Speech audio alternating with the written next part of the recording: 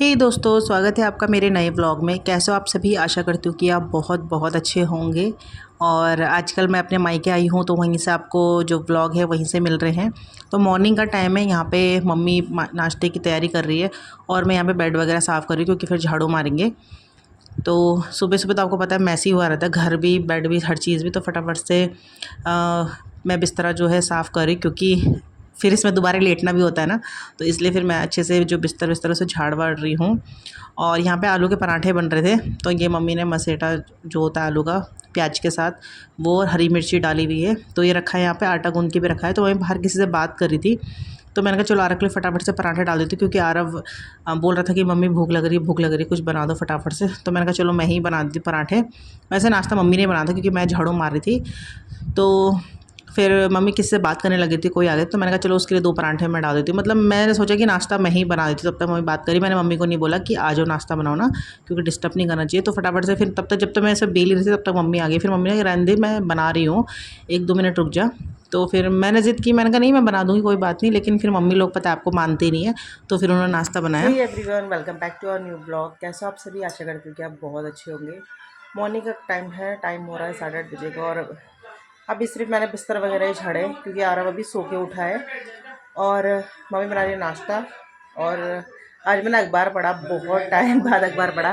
पापा के यहाँ अखबार आता है, और हमारा पहले आता था जब मेरे ससुर जी थे तो वो पढ़ते थे। उसके बाद फिर बच्चे हो गए तो ये ना अखबार फाड़ देते थे, तो हमने फिर अखबार बंद कर दिया था। तो अभी कुछ ऐसी घटना हुई थी तो पापा ने मुझे अखबार देखे, अखबार में पढ़े ढंग से डिटेल में, तो वो पढ़ रही थी मैं। और कल है ना इतनी बारिश कि तो कल यहाँ पे ना पूरे दिन बारिश थी और रात को बारिश थी, तो शाम को लाइट कट गई थी। और ना मतलब पूरा रात भर लाइट नहीं थी। बूढ़ी आरब भी आ बूढ़ी गया, रोटी खा रहा। यस। तो आरब के लिए बन रहा है पराठा, और हम तो नाश्ते में इसके लिए आलू के पराठे बने हैं और हमारे लिए छोले रोटी बनी है। तो चलिए नाश्ता करते हैं। और कल रात को मैंने लगाई थी मेहंदी सावन की। सावन तो मतलब लगभग स्टार्ट ही हो गया, तो मैंने मेहंदी लगाई यहाँ पे की पड़ी थी काफ़ी दिन से। हर्षिता उसको घुमा रही थी, तो ये मेहंदी लगाई है हमने। और मम्मी ने बनाया डिजाइन, ये और मैंने गाइस ये बनाया। मेहंदी भी ना नानी ने बना के दी है मम्मी को, क्योंकि मम्मी से बन नहीं रही थी। हाँ तो बोल तो रही हूँ मैं, बन नहीं रही। बहुत दिनों बाद मेहंदी मतलब की पकड़ो ना, हाथ में दर्द होता है और डिज़ाइन समझ में नहीं आता। तो मम्मी ने बनाई थी यहाँ पे। और ये जो है ये मैंने लगाई थी। ये वाली तो मुझे आती है। हाथ में इतना ज़्यादा दर्द हो रहा था ना, अंगूठे में बहुत ज़्यादा हो रहा था, तो मुझसे बन नहीं रहा था। मैंने छोड़ दिया था डिज़ाइन, ऐसे ये बनाया था बस, छोड़ दिया। फिर मम्मी ने जब खाना खाया तो मम्मी ने कहा कि चल मैं बना देती हूँ। तो फिर मम्मी ने बनाया, अच्छा लग रहा है वैसे तो। मेहंदी में कुछ भी बना दो ना, लेकिन धोने के बाद देखो कितना अच्छा लगता है ना, डिज़ाइन अच्छा लगता है। तो मैं कहा चलो सावन की मेहंदी भी लगी गई है अब। तो चलिए फिर नाश्ता करते हैं। तो फिर नाश्ता हमारा हो गया है। और कल पूरे दिन बारिश थी तो कपड़े तो धुले नहीं थे, क्योंकि आजकल बरसात है ना, और जो बारिश है वो तो किसी भी टाइम हो जाती है, लेकिन कपड़े जो होते हैं ढेर सारे हो जाते हैं और सुखाना इतना ज़्यादा मुश्किल हो जाता है ना कि कहाँ सुखाएं। तो कल शाम को जब हम भीग के आए थे तो हमने कपड़े वॉश किए थे, मतलब दिन के टाइम शायद से। हाँ शाम ही हो गई थी, दिन हो गया था। तो उस टाइम पे ना फिर कपड़े तो धो दिए, लेकिन सुखाने की टेंशन थी। तो फिर मम्मी ने यहाँ पे बरामदे में तार लगाई चारों तरफ और कपड़े यहीं पे डाले। तो अभी क्या हल्की हल्की धूप आ रही, तो मैं सोचूँ इन कपड़ों को छत में डाल देती हूँ, क्योंकि यहाँ पे हवा से तो वैसे हल्के सूख गए हैं, ड्राई कर रखे थे। लेकिन थोड़ा जो बरसात के कपड़े होते हैं ना, उनमें धूप लगना बहुत ज़रूरी होता है, नहीं तो वो स्मेल करते हैं। वैसे मैंने इनमें वो कम्फर्ट डाला है, लेकिन जो बरसात के पानी की स्मेल होती है वो अजीब से होती है, मुझे बहुत ज़्यादा इचिंग होती है उसमें। तो इसलिए मैं उन कपड़ों को छत में डाल रही हूँ, है ना रोटी गर्ल। फ्लैंक कैसे दो ऑडियंस को, हाय बोलो, हाय बोलो।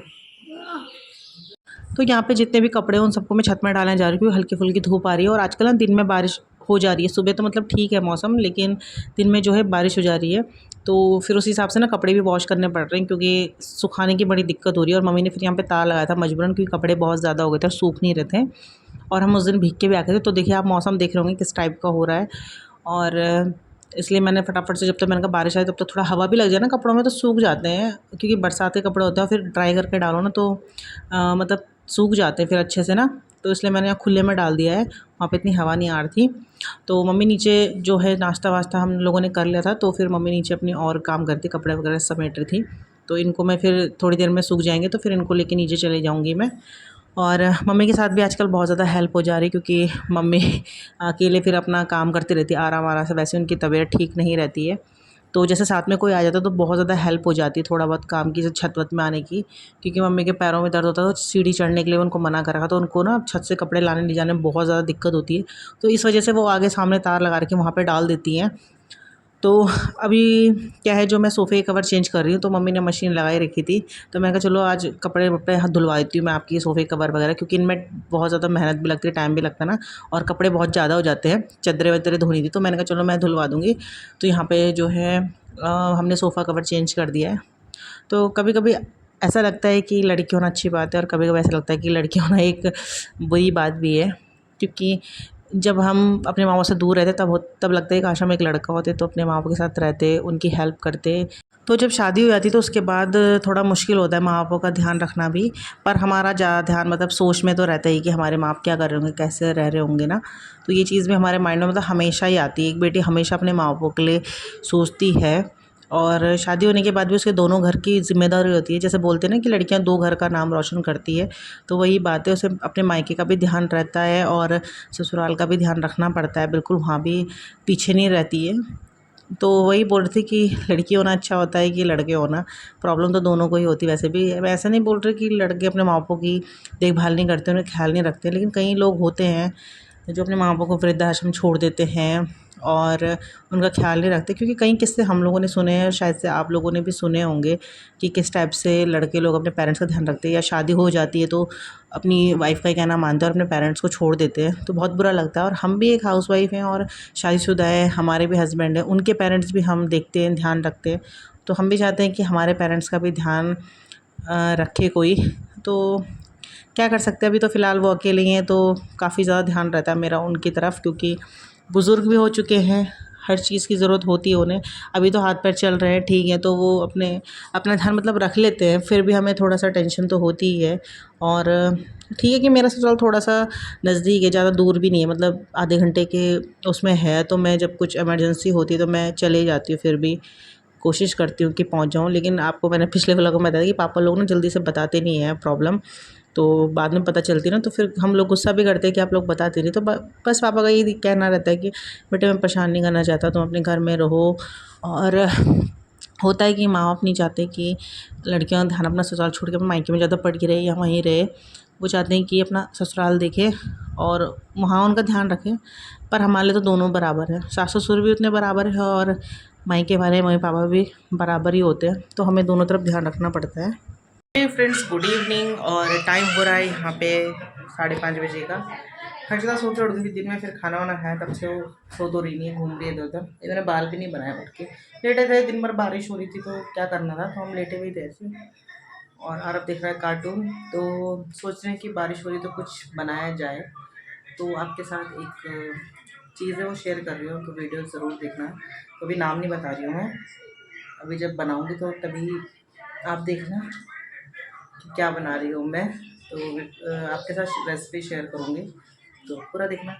और मैंने देखो सुबह हल्की हल्की थी, अब देखो कितनी डार्क हो गई है। अभी कल तक थोड़ा और डार्क हो जाए। ऐसे कलर की मेहंदी ठीक लगती है, जो काली आती है ना वो बिल्कुल अच्छी नहीं लगती मुझे। ये कलर ठीक लगता है मुझे, अच्छा लग रहा है। तो फ्रेंड्स यहाँ पे आज हम बना रहे हैं, बरसात बहुत हो चुकी है तो बेसन के लड्डू बना रहे हैं। तो ये मम्मी दूसरे टाइप से बना रही है। एक तो होता है कि बेसन को भूंज के उसके लड्डू बना दो, तो हमने क्या करा है कि बेसन को आटे की तरह गूँथा है और उसके इस तरह से गोलियाँ बना बना के तेल में तला है। और इसके टुकड़े करके हम लोग पीसेंगे मिक्सी में, और जो उसका चूरा निकलेगा ना उसका बनाएंगे हम लोग बेसन के लड्डू। तो ये एक बड़ा ख़तरनाक प्रोसेस था, आप भी ट्राई करना। लेकिन बहुत ज़्यादा सॉफ्ट वाले बनते हैं, क्योंकि दुकान में ज़्यादातर आपको गरगरे टाइप के बेसन के लड्डू मिलते हैं खाने को, पर ये बहुत ज़्यादा सॉफ्ट होते हैं क्योंकि हम इसे छान लेते हैं ना छन्नी में। तो जो बारीक बेसन होता है वही नीचे आता है, और जो गरगरा रहता है उसे दोबारा से पीस लेते हैं। और फिर इसको दोबारा से थोड़ा सा घी में ना फ्राई करना है और चीनी मिला के इसको बट देना है लड्डू की शेप में। तो बहुत अच्छे और यम्मी टेस्टी लड्डू बनते हैं। तो मैंने यहाँ से देखो जो जो अच्छे से पक रहे थे उनको मैं तेल से निकाल रही हूँ और पंखे के नीचे रख दिया था क्योंकि काफ़ी ज़्यादा गर्म हो रहा था। और इनके मैं छोटे छोटे टुकड़े कर दूँगी ताकि मम्मी इसको पीस सके। तो आधा काम मम्मी कर रही थी, आधा मैं, क्योंकि मुझे नहीं आ रहा था ये बनाना। तो मैंने आटे की तरह से गूँध दिया था और इसमें डाल देते हैं ऐसे पेड़े से बना बना के। और मम्मी ने इनको अच्छे से मतलब तेल में फ्राई कर दिया है। तो इनको निकालेंगे, फिर इसको पीसेंगे और जैसा मैंने प्रोसेस बताया है ऐसा आप बनाना, बहुत ज़्यादा टेस्टी बेसन के लड्डू बनते हैं। थोड़ा है टफ़ प्रोसेस पर अच्छे बनेंगे। तो यहाँ पे देखो इतने स्वादिष्ट पकौड़ियाँ टाइप की निकल रही थी ना, और पता है इतनी ज़्यादा खुशबू आ रही थी ना बेसन के पकने की, बहुत ज़्यादा। मैंने कहा आज लोग सोच रहे होंगे इनके यहाँ पक्का कुछ पकवान बन ही रहा है, क्योंकि घर में कुछ भी पकवान बनाओ तो बहुत ज़्यादा खुशबू आती है, आपको पता है। तो उस टाइम में बहुत अच्छी खुशबू चल रही थी। तो ये कुछ दिखने में दाल बाटी टाइप होता है ना, वो लग रहा था। और मम्मी इसी चीज़ से ना 2 डिश बनाएगी।